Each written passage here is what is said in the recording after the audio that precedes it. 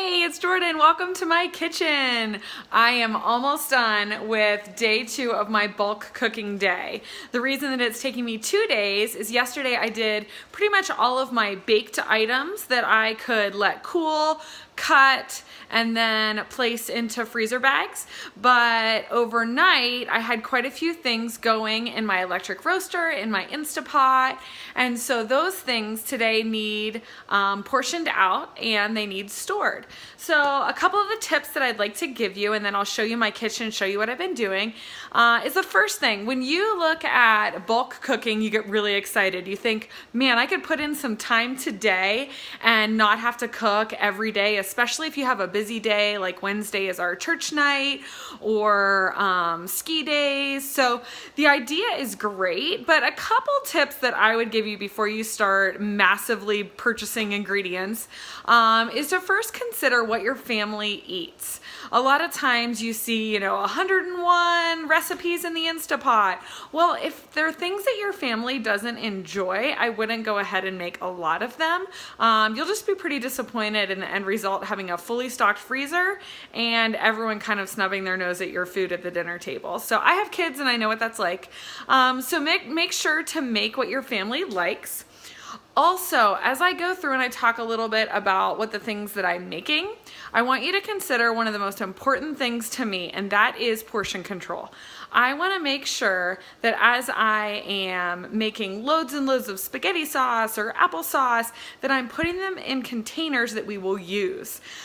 In the past, I've gotten lazy and made an entire pot of applesauce and then tried to put it in a very large container, and it went bad before we had a chance to eat it. So a couple recipes that I have in mind. I know my friend Tammy has this awesome jambalaya recipe and it calls for spaghetti sauce. And spaghetti sauce is something that I love to make. And most of the time I want to show you, I put my spaghetti sauce in these large mason jars. But because I know I make that jambalaya probably at least once or twice a month, I make sure to also put it, now this just came out of the pressure canner, so I'm not going to touch it, but I make sure to put it in some smaller containers, because I know when I pull that mason jar, when I open that up, that's exactly the amount I need for most of the recipes that calls for spaghetti sauce. Okay, let's take a look at what I'm using, okay? I absolutely love my 18-quart electric roaster. This thing was actually my mom's. She gave it to me and then bought herself another one because we use it all the time. This is how we make our Thanksgiving turkey, which is key because then you don't have to use the oven. It can cook all night. It's super moist. Fabulous. I also used it when I had 30 people over for Christmas Eve and we decided to do soups and bread bowls. So I made a huge chicken rice soup in there. I also always use this for my spaghetti sauce. I've tried using my Instapot. I was just not really pleased with the end result. I like my spaghetti sauce to thicken up, and because of the pressure cooking abilities of the Instapot, I felt like it didn't lose its moisture. It didn't, boil off at all. And unfortunately, that also meant that my spaghetti sauce was a little runny. So I just personally didn't like that. But I make 18 quarts of spaghetti sauce, and I will follow up and share with you my recipe for that. But I absolutely love it. And one thing that I love to pair with my electric roaster is my Vitamix. And the reason I love that is because I very coarsely chop onions and garlic, and even some fresh parsley from the garden.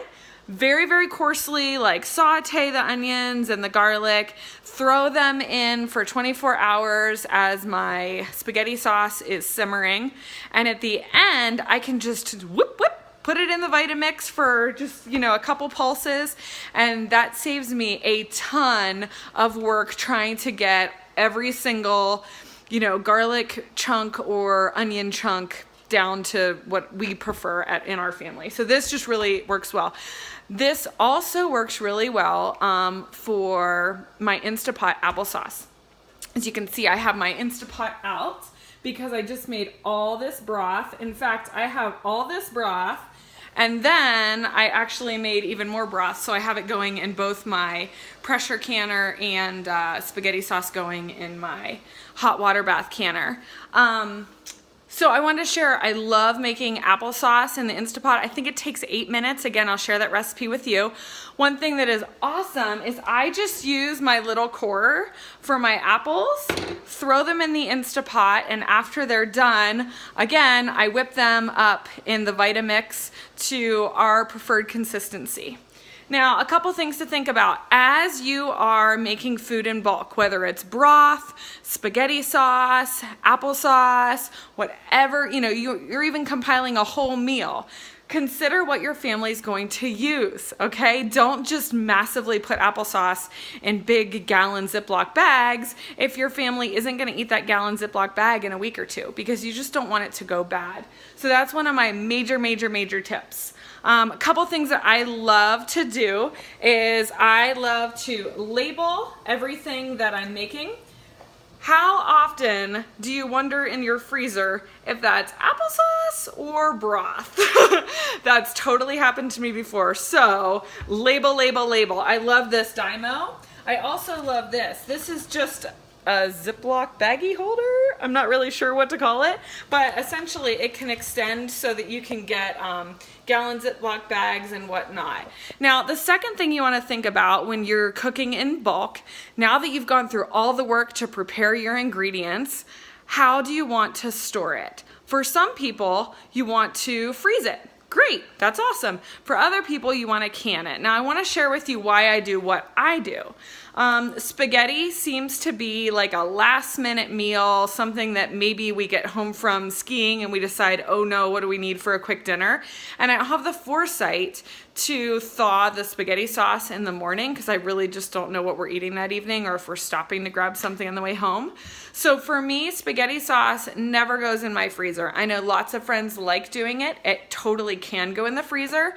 But for me, I don't want to think, oh, what's a quick meal that I can prepare for us? Oh, spaghetti. Oh, wait, all my spaghetti sauce is frozen. So for me, I always can my spaghetti sauce.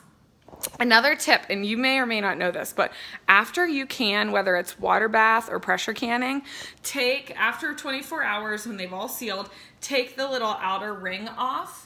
Because that way you'll know if something pops open like it wasn't sealed properly, then you'll know that. That's a big tip. Anyways, so I do love to use Ziploc bags and gallon bags. In fact, when I make our egg breakfast sandwiches, when I make our homemade granola, when I make protein bites, I often use the Ziploc bags and they're fantastic.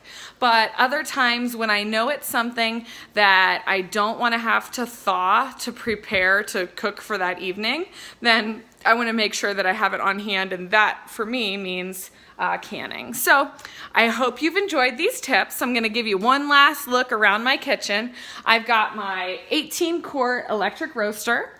I have my Vitamix. I have both a pressure canner and I have a water bath canner. At high altitude, I cannot water bath can broth. I have to pressure can it, so that's why I have that. Also, side note, I have tried really hard cooking Instapot recipes in my pressure canner, which you're supposed to be able to do.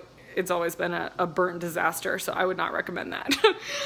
Okay, anyway, so here's what I have. I also have my wonderful little Ziploc baggie, and I have my label maker, I have my core, my Instapot, and then I have some towels here where I'm letting my freshly sealed broth and spaghetti sauce work out. So I hope you've enjoyed some tips on meal prep, and I'm gonna do another video sharing with you all the things that I made and put in my freezer yesterday.